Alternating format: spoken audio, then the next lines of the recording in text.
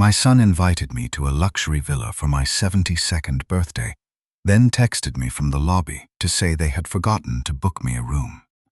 I was standing outside Aurelia Coast Resort with Beatrice's old leather suitcase at my feet. Through the glass doors I could see Colin, his wife Tessa, and members of her family drinking champagne beneath a chandelier my wife had chosen 26 years earlier. Colin's message was still open on my phone. The villa is full. Tessa says there's a small staff room behind the laundry area. You can take that or find somewhere cheap nearby. Before I could answer, another message appeared. This one came from Tessa. Please don't make this a big thing. Everyone is already settled. The weekend had been described to me as a family celebration for my birthday. My bedroom had become a studio for Tessa's promotional videos. Her brother had taken the room Beatrice and I once used whenever we visited the property. And I, the person they claimed to be celebrating, had been assigned a windowless room normally used by overnight maintenance employees. I lifted the suitcase and entered the lobby. Colin saw me immediately. His eyes moved from my face to the suitcase, then toward the elevators. He did not come to meet me. A woman in a Navy guest services jacket approached instead. Mr. Mercer? I'm Nina Alvarez. I was told there was a question about your accommodation. There was a brief pause after she said my name. She looked at me more closely, as if trying to place a face she had seen years before, but she remained professional. I'd like to see the room they arranged, I said. Nina's expression tightened. It is not listed as guest accommodation. I understand. I would still like to see it. Colin finally crossed the lobby. Dad, it's only for sleeping. We're all in the villa during the day. Who has the room your mother and I used? He glanced back at the champagne table. Tessa's brother. He came in early to help with equipment. Equipment for my birthday, for the weekend, he said. Can we not do this here? Nina waited without interrupting. I asked her to show me the staff room.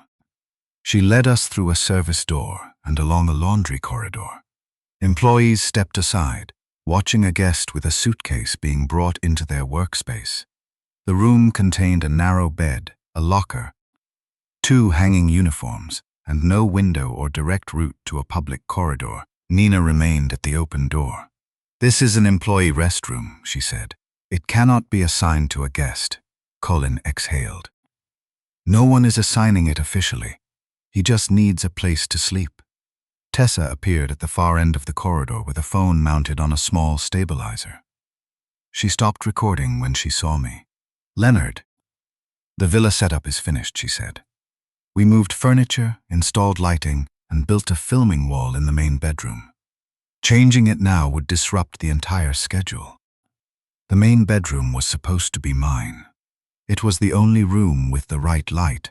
My brother is managing the equipment, so he needs to stay close to it. She glanced at Nina before lowering her voice. This weekend needs people who contribute to the experience. You just need somewhere quiet. There was no anger in her delivery. That made the calculation clearer. My presence had been measured against a camera angle, and the camera had won. The invitations called this my birthday, I said, and we'll celebrate you at dinner. But the weekend can serve more than one purpose. Her phone vibrated. She looked at the screen and turned away. Please solve this without upsetting the guests. I set Beatrice's suitcase beside the bed. The worn leather looked more dignified than the arrangement my son was defending. Inside the suitcase was a brass key stamped with the number 12. It had opened the last room in the first seaside inn Beatrice and I built together. She had engraved a sentence on the back. Every guest deserves a door that closes with dignity. That door had been simple pine. This one opened into a laundry corridor and did not even have a lock a guest could control. Footsteps approached behind us. My granddaughter Emma stopped when she saw the bed. Grandpa, this can't be your room. Your mother says the villa is full, Colin told her. Emma looked at him, then at me. Take my bed. I can sleep on the sofa. She was 18 years old and the only person to give up anything. No, I said. You were invited as a guest. You keep your room. Colin rubbed the back of his neck. Dad, please stop making everyone uncomfortable. I looked at the uniforms hanging inside the room. I am not the person who brought your daughter into a staff corridor to find her grandfather. He had no answer for that. I picked up the suitcase. As the brass key shifted against the metal clasp, Nina looked down at it. Her gaze remained there for several seconds. Mr. Mercer, she said quietly, may I speak with you in the service office? Colin checked his phone. I need to get back. The photographer is waiting. He left before asking where I would go. In the service office, Nina closed the door.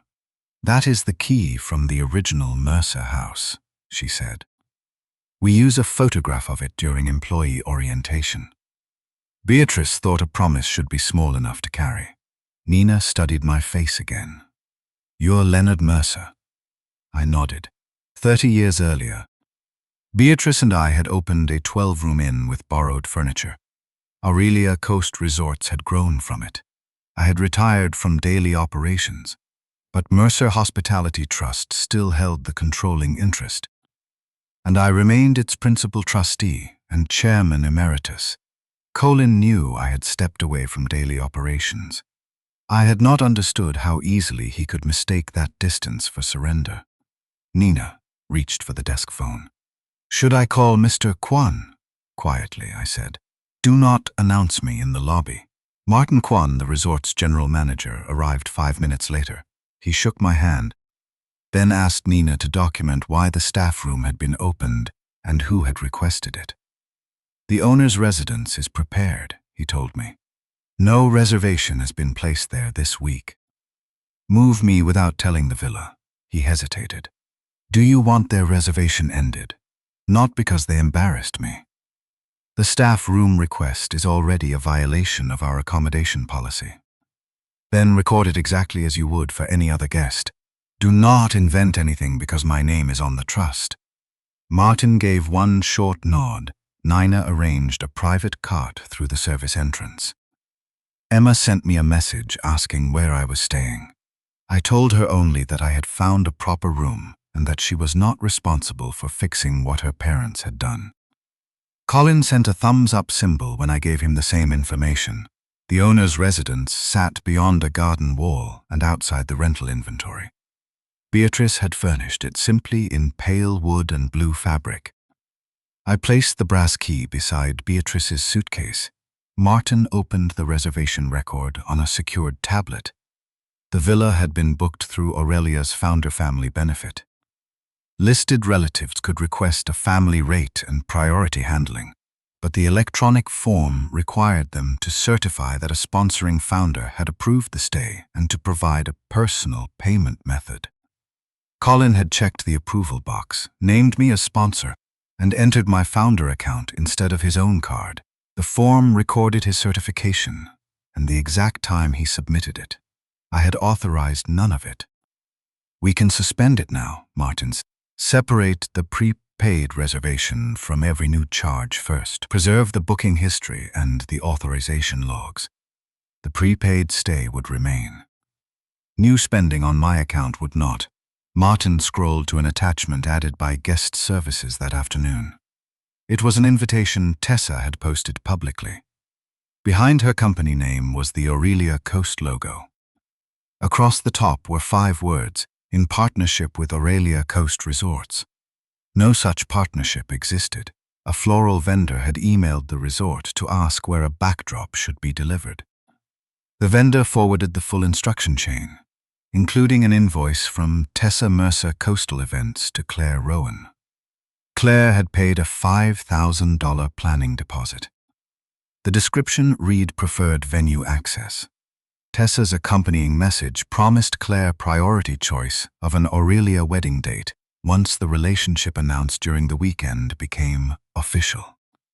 Her email address and phone number appeared beneath the invoice. The money had gone directly to Tessa's company. No wedding inquiry existed in Aurelia's system. No date had been held. And no one at the property had authorized the promise. Martin used the address on the invoice to warn Claire that Aurelia had no partnership with Tessa and had received none of her money. The message was delivered, but no one had confirmed that Claire had seen it. That changed the scale of what I was seeing. A logo could be removed. A boast could be corrected. But someone had already trusted the claim enough to send money. The room showed what they thought I deserved. The deposit showed what they had already begun selling. The false partnership was not a careless phrase added to one invitation. Martin searched the public page for Tessa Mercer Coastal Events. She had posted photographs of the villa, the ocean terrace, and the entrance to Aurelia's private beach. The captions described her company as having exclusive access to Aurelia Coast Resorts for luxury weddings and corporate retreats. One package even offered prospective clients a private consultation during my birthday weekend. The page claimed Tessa could arrange priority access to the Seacliff Villa. Her brochure invited couples to place planning deposits directly with Tessa Mercer Coastal Events. The vendor's forwarded chain also included an investor exchange Tessa had attached to justify the backdrop wording. Colin had started it 3 days before the weekend. My father has stepped away from daily operations, but our family has historically received preferred access to the property. We expect to finalize the venue arrangement after the weekend. The message carried Colin's business signature and had been sent from his company account. He had not merely allowed Tessa to borrow his surname. He had used my supposed approval to reassure an investor that the access she was selling was real. The investor had asked whether that meant Tessa could guarantee future use of Aurelia properties. Colin did not say a contract had been signed. He wrote, "I'll confirm our access personally during the dinner." Martin verified that neither he nor corporate sales had received a partnership request from Colin. "Has anyone at Aurelia discussed an event agreement with her?" I asked. "No," Martin said. "Commercial partnerships require brand approval, legal review, and a property agreement. None exists." The reservation listed a private family gathering. The arrival notes told a different story. A photographer, 2 wedding vendors, 3 prospective clients, and several people identified as social media guests had already entered the villa. The villa was approved for 10 overnight guests. Luggage deliveries and room assignments identified 15. Martin called Judith Crane, Aurelia Coast's compliance director. He sent her the invitation, the reservation record, and the founder account log. Judith did not ask what I wanted done to my family. She asked whether the resort had issued a written notice and given the reservation holder a reasonable chance to correct the violations. It was the question Beatrice would have wanted her to ask. My position could have pressured the property into removing them. I refused to use it that way. I waited until the resort had the right to act without needing my name. Before Martin could prepare the notice, Nina knocked on the office door with an incident form. She said Colin's family owns the resort, Nina told us. Then she said she could make sure I never worked at another Aurelia property. Her voice remained steady, but her fingers had bent the corner of the report. Nina had asked Colin to intervene. Instead, he told her his wife was under pressure and that cooperation would make the weekend easier for everyone. He had not spoken the threat, but he had heard enough of it to know why Nina approached him. He chose to make her responsible for calming Tessa. "Were there witnesses?" Martin asked. "The front desk supervisor and 2 guests. It also happened beneath a common area camera." Martin recorded their names. He did not promise Nina that Tessa would be removed immediately. He told her she would not be required to deal with the villa alone again. That distinction mattered. Staff protection was not a favor granted after an owner appeared. It was part of the company Beatrice and I had built. Before Nina left, another employee called.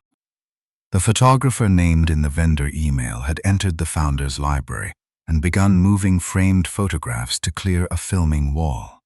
Tessa told him the room was part of the family property. When Nina ordered the equipment removed, Colin said family photographs were not restricted from family. Nina showed him the private area notice on the door. Colin still refused to tell the photographer to leave. Martin sent a supervisor to remove the crew and secure the library until its contents could be inspected. Martin placed the reports in order. "This is enough for a formal warning." "Then send the warning," I said. "Not an order from me. The same warning you would send any guest." It went to Colin as the reservation holder and to Tessa as the event organizer. The terms were plain. Reduce the overnight occupants to the permitted number. Stop commercial filming. Remove the Aurelia name and logo from every event display and online claim. Keep all guests out of staff and restricted areas. Provide a valid personal payment method for new charges. Stop using the employee room as accommodation. The notice also stated that continued violations could end the reservation. The prepaid villa remained available. Their family dinner could still happen. They only had to turn it back into the private celebration they had claimed to book. Within minutes, Tessa replied that the gathering was not commercial because no tickets had been sold.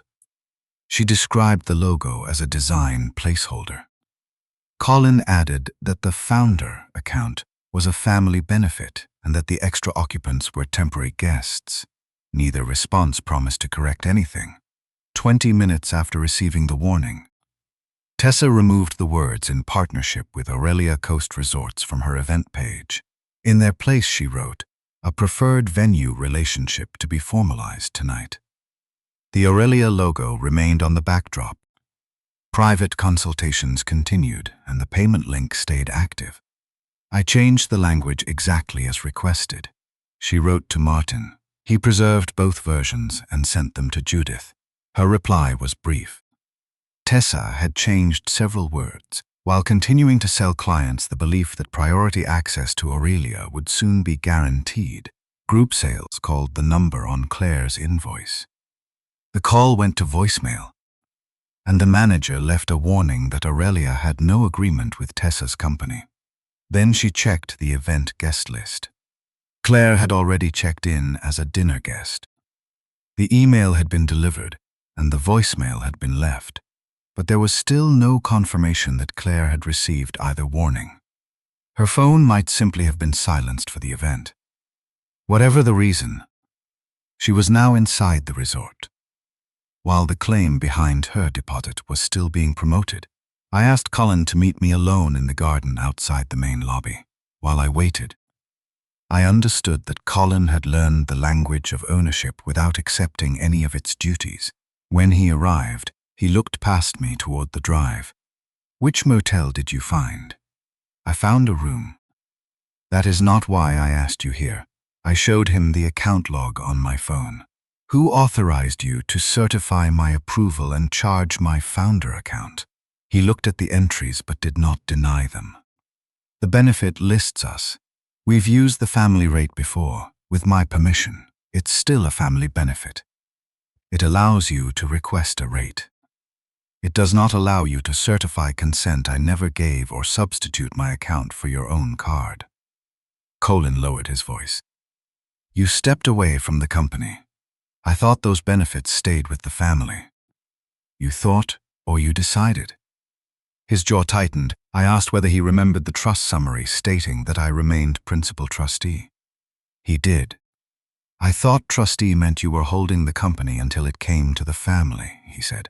"Using a villa for one weekend is not stealing it. A trustee is bound by the trust's terms. It is a fiduciary role, not a waiting room for your inheritance." He folded his arms. "Is this because of the room?" "The room told me how little you were willing to question. The account tells me what you were willing to take." I gave him the easiest path still available. Stop the commercial event, remove the logo and partnership claim. Apologize to Nina and place a personal payment method on the reservation. "No one needs to be publicly embarrassed," I said. "You can correct this now." For several seconds, I thought he might listen. Then he looked toward the terrace. "I said we expected to finalize it," he said. I never said the contract was signed. You promised to confirm access personally in front of an investor. You knew what you wanted him to believe. Tessa has clients here. My investor flew in because of that email. If we cancel now, I look unreliable. You are asking the resort to protect your image from your own claims. I'm asking my father not to ruin a weekend over technicalities. Threatening an employee is not a technicality. Tessa gets intense when she's under pressure. She'll apologize later. Later had always been where Colin stored consequences he expected someone else to remove. This is your reservation, I said. Your account, your guests, your decision. He gave me a tired look. You know people here. Call whoever sent the warning and smooth it over. I held his gaze. You still have time to do that yourself. He returned to the villa without accepting the offer. I followed the public garden path toward the owner's residence. It passed below the villa's open terrace. Above me, I heard Tessa ask what I wanted. Colin answered before I had cleared the wall. He wants us to shut everything down. Don't worry. He always backs down when family is involved. I stopped beneath the terrace and looked at the brass key in my palm. Then I called Judith Crane. Complete the compliance review, I said. Use the policy exactly as written. Judith did not treat my phone call as permission to reach a conclusion. She asked Martin to preserve the original reservation. The founder account access history, the public advertisements, and every version of the written warning. She requested statements from the employees who had dealt with the villa. Then began reviewing the terms Colin had accepted when he booked it. While she worked, the violations continued. Nina sent Martin a photograph taken from a public walkway.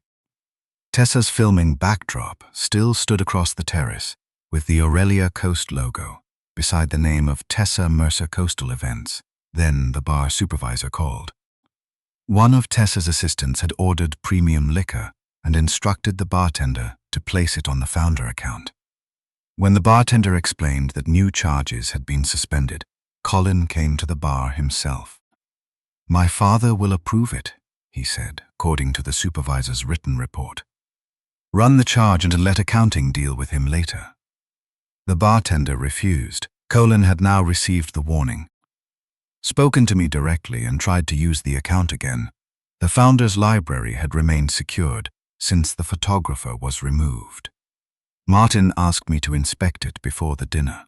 The guest book, old property ledgers, and Beatrice's framed sketch of the original inn were intact.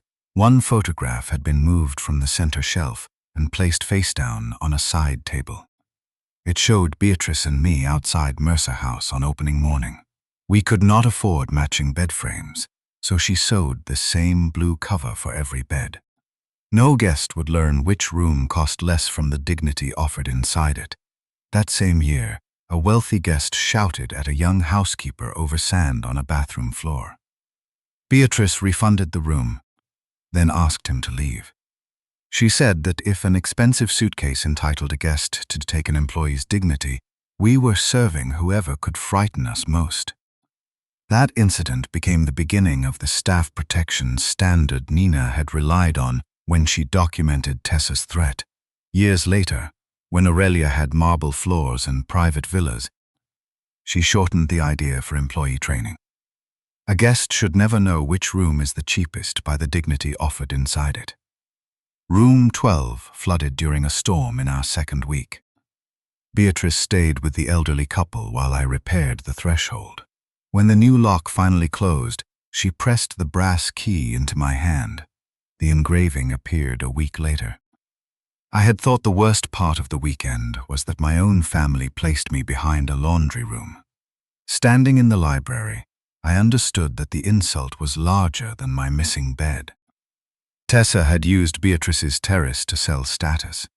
Colin had used our account as though future inheritance erased present consent. Together they had threatened the employees Beatrice's policies were designed to protect. They believed luxury meant knowing which people mattered. Beatrice had built Aurelia around the opposite idea. Colin had folded towels at Mercer House as a boy. I mistook familiarity with the work for respect for the people doing it. I returned the photograph to its shelf and placed the brass key beside it for a moment. Then I put the key back in my pocket and left the library exactly as I had found it. Judith arrived at the management office shortly before the dinner was scheduled to begin. She had reviewed the digital records during her trip to the property and spent another 40 minutes comparing them with the property reports. Judith cross-checked the invoice with the dinner guest list. Claire was seated at a table near the stage. The resort had emailed her, and group sales had called, but no one could confirm she had read the warning or heard the voicemail. Tessa's invoice email said the second installment link would activate at 8:30 p.m., 5 minutes after the partnership speech on the dinner schedule. Colin's visitor was expecting him to confirm the promised access on stage before discussing financing. Around Claire, prospective clients already had Tessa's brochures beside their place settings. Judith placed 3 timestamps beside one another. Tessa had altered the caption after the warning. Claire had checked in 24 minutes later. The second payment link was scheduled to activate at 8:30. None of those timestamps created a new violation by itself. Together, they showed how the false promise was being carried toward a second transfer. If resort management remains present while that claim is announced beneath our logo, clients may rely on the appearance that Aurelia approves it, she said. We cannot wait until after the dinner to correct the record. The problem was no longer whether my family would embarrass itself. Claire was one visible example of a larger risk. Prospective clients around her were holding Tessa's brochures, and Colin's investor was waiting for an on-stage confirmation that could be repeated beyond the room. I asked whether Martin could warn Claire quietly and remove Colin and Tessa before the speech. Judith said that might protect Claire, but it would not correct the claim for the other guests. The investor waiting for Colin's confirmation, or anyone who later saw footage of the announcement. The same room that heard the claim had to hear the correction. I did not want my title announced at my own birthday dinner, but handling everything privately now would protect Colin's image by leaving everyone else to decide what the resort's silence meant. Judith arranged 4 findings on the conference table. The villa was being used commercially, including continued attempts to use the founder account. The partnership claim was false. Tessa's threat against Nina had been corroborated. Most importantly, Colin and Tessa had received a written opportunity to cure the conduct and had chosen to continue. Judith looked at me. Your ownership allows you to request a review. It does not allow us to invent a violation. Good, I said. Then do not invent one. She turned to Martin. These findings give you sufficient documented grounds to terminate the reservation. Martin read the summary and signed the operational decision. The reservation is terminated, he said. We will stop the event.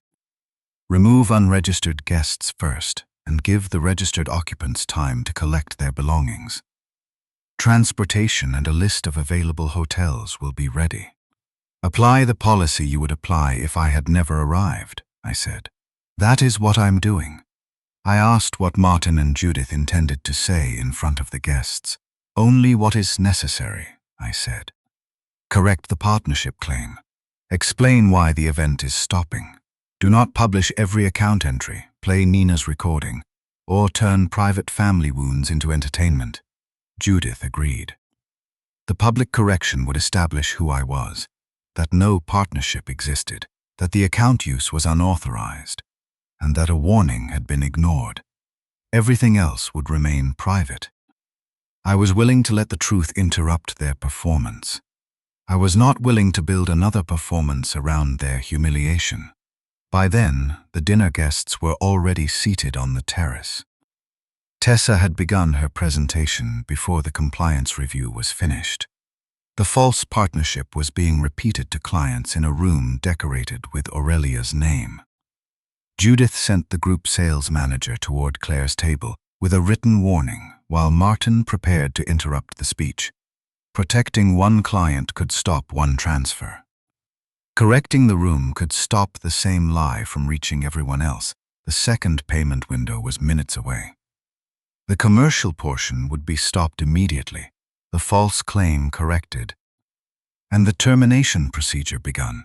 I changed into the dark jacket Beatrice had bought for my last board dinner. I did not wear a name badge or carry trust documents. The brass key remained in my pocket. From the entrance to the terrace, I heard Tessa speaking into a microphone. "Tonight is more than a family celebration," she said. "It is the beginning of a relationship that will give our clients access to one of the most exclusive coastal brands in the country." Behind her, the false partnership logo filled the backdrop. Colin stood when she called him forward. "Aurelia has always been part of my family," he said. "Now Tessa and I are ready to carry that legacy into a new generation." One of the investors raised a glass. Cameras turned toward Colin and Tessa. Then Tessa smiled as if remembering an item near the bottom of a schedule. "We also want to wish Leonard a happy 72nd birthday. Luxury travel can be tiring at his age, so he decided to rest somewhere quieter tonight." Emma was seated near the end of the family table. She saw me first.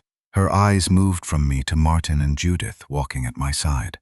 Then she looked at her father, who was still holding the microphone. Martin approached the small stage and asked Colin to hand it to him. Colin did not move at first. "This is a private event," he said. "It stopped being private when it used the Aurelia Coast name to sell services," Martin replied. The terrace fell quiet. Colin released the microphone. Martin faced the guests.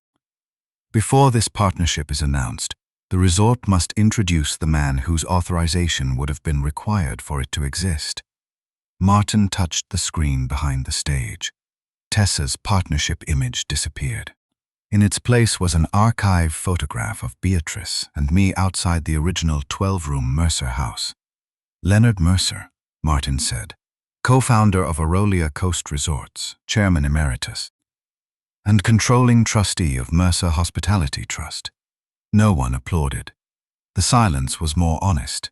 Tessa stared at the photograph, then at me. "That doesn't mean you own this resort. Daily operations belong to Martin and his team," I said. "The trust holds the controlling interest. But that is not where I want to begin." I looked at her across the tables. "Which room did you assign me?" Tessa glanced toward Colin. It was a temporary arrangement. Leonard had somewhere private to sleep. Nina stepped forward and read from the accommodation report she had completed that afternoon. The room was an employee rest space behind the laundry area. It was not approved or equipped as guest accommodation. Tessa had requested that employee belongings be moved so I could sleep there. Colin knew where the room was and told staff it did not need to appear on the reservation. "You did not forget to book me a room," I said. "You decided dignity was the room I could do without." Emma lowered her eyes. Colin did not. Judith held up the invitation Tessa had published. "Aurelia Coast Resorts has no partnership agreement with Tessa Mercer Coastal Events. The logo was used without approval. This event was registered as a private family gathering, not a commercial launch." Tessa found her voice. "I changed the language exactly as requested. It said the relationship would be formalized tonight." "You changed a few words," Judith said.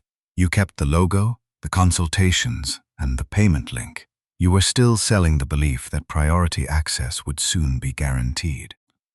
Judith then confirmed that Colin had named me as sponsor and charged the villa and event expenses to my founder account without authorization. The family benefit permitted relatives to request a rate. It did not permit them to supply a founder's consent. "It was a family benefit," Colin said. "A benefit is offered," I replied. "You treated it like an inheritance already in your hands." The threat against Nina had been corroborated, but Judith did not play the recording. Martin showed only that Colin and Tessa received a written warning and continued promoting the partnership afterward. Prospective clients began looking at the brochures beside their plates. Claire placed hers face down, and stared at the invoice on her phone. I paid Tessa $5,000 because this brochure promised priority access here, she said. Claire opened the second payment page, saw that the next transfer was ready, and closed it without submitting anything. How do I get it back? She asked. Judith said Aurelia had never received the money or held a reservation in her name. The refund request had to go to Tessa Mercer Coastal Events. Colin's investor closed the folder in front of him. The correction had reached the room before the lie collected more money. Martin took back the microphone. The commercial event is over. Unregistered guests will be escorted to the lobby. Registered occupants must collect their belongings and leave before midnight. The resort will provide transportation and a list of nearby hotels. No new charges would be accepted on the founder account. Colin and Tessa had to provide a personal payment method for every uncovered expense. Staff quietly opened the terrace doors and directed the outside guests toward the lobby. Vendors packed their equipment. Prospective clients left Tessa's brochures on the tables. Emma came to me while the tables emptied. Grandpa, I didn't know. I know. I should have done more. Emma admitted she had helped Tessa choose flowers and move decorations because she believed they were preparing a family dinner. She had seen the cameras and assumed Tessa wanted birthday content for her social pages. She had not known clients were being asked to pay for resort access. I should have asked why your room became the studio, she said. You offered me your bed. You are not responsible for making your parents honest. I did not ask her to stand beside me or speak against them. She left with the other registered family members to collect her belongings. Colin and Tessa found me in the lobby an hour later. Their suitcases stood near the doors. A driver waited outside, and Nina had placed a printed hotel list on the table beside them. Tessa held the termination notice in both hands. You let us humiliate ourselves. I let you choose how to treat people when you believed no one important was watching. Colin stepped between us. Dad, you could have stopped this at check-in.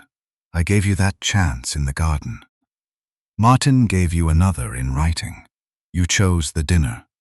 Tessa planned the dinner, he said. I did not let him place the whole weekend in his wife's hands. Who used the founder account to book the villa? His mouth tightened. I did. Who knew my room had been turned into a studio? We both agreed to it. Who chose to continue after the warning? This time he did not answer. Do not speak as if this happened around you, Colin. Tessa designed the event. You supplied the name, the account, and every permission she claimed to have. I moved the termination notice aside. Would you have thought the room was wrong if Nina had never recognized that key, and you had never learned who I was? He looked past me toward Nina, then at the staff corridor beyond the lobby.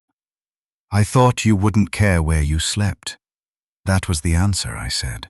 You knew where you were putting me. You simply believed my dignity would not matter enough to interrupt your plans. You're throwing your own family into the street. I pointed toward the waiting car and the list of available rooms. The resort is arranging transportation to another hotel. What I am ending is the belief that being my son exempts you from every rule. Tessa struck the paper against her palm. This was supposed to be a family celebration. You gave my room to your brother and put your business logo above my wife's terrace. Do not use the word family now because ownership did not save you. Colin's anger shifted into something colder. You made me look like a fraud in front of my investor. Is that what Mom would have wanted? I removed the brass key from my pocket. Your mother wanted a company where the cheapest guest and the newest employee received the same dignity as the richest person in the villa. I placed the key on the lobby table between us. You thought I needed a room because I was an unwanted guest. The truth was, you were staying in a home Beatrice and I built, and you never learned how to behave inside it. He looked at the number 12 stamped into the brass. Aren't I part of what you built? You are my son. That was never the same as being the owner. He said the company would belong to him eventually. I asked whether he had read the trust summary sent after Beatrice died. He had read enough to know I retained authority. He had ignored the rest. The controlling interest would not pass directly to him.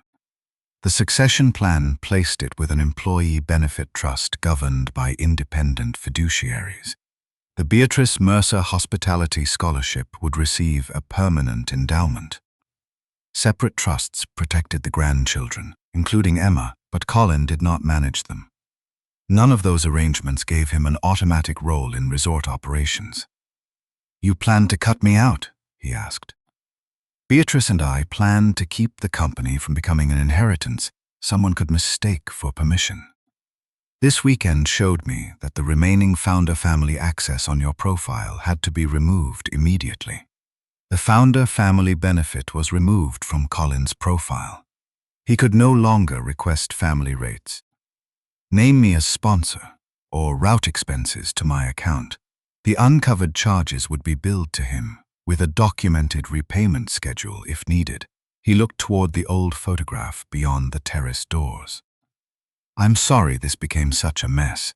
You keep apologizing for being exposed.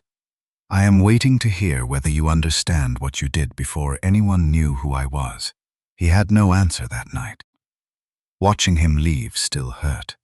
I remembered a boy carrying breakfast trays through Mercer House with both hands, proud whenever Beatrice trusted him to return a room key to its hook. I had not exposed a stranger. I had finally placed a boundary in front of my son after years of teaching him that I would move every boundary myself. The car took them to another hotel. I remained in the lobby until its taillights disappeared beyond the palms. 9 months later, Colin was making monthly payments toward the charges. Our conversations were limited and careful. He had apologized again. But rebuilding trust required more than regret over a ruined dinner. Tessa refunded Claire's deposit after receiving a written demand. Tessa Mercer Coastal Events did not disappear overnight, but it reduced its staff and stopped advertising luxury resort partnerships. Emma applied for an internship at Aurelia through the ordinary program. She disclosed her family connection and did not ask me to call anyone. The selection panel placed her in an entry-level guest services rotation. On her first week, I took her to the restored Mercer House. Room 12 had become a training room for employees receiving the Beatrice Mercer Hospitality Scholarship. The original blue bed cover hung behind glass. Beatrice's first guest book rested in a case near the door. I gave Emma the brass key. She turned it over and read the engraving. Did Grandma really believe every guest deserved the same dignity? No, I said. She believed dignity was not something a guest should have to deserve. Emma closed her hand around the key. Tessa thought luxury meant knowing which people mattered. Beatrice had built a company around the opposite idea. My family left me without a room because they believed an old man could be moved out of the picture without changing the celebration. They were wrong about the room. They were wrong about the resort. Most of all, they were wrong about what ownership allowed a person to forget. If your own son left you without a room during a birthday trip and only apologized after discovering you owned the resort, would you ever trust that apology? Or does risk stop being real the moment it depends on learning someone's title?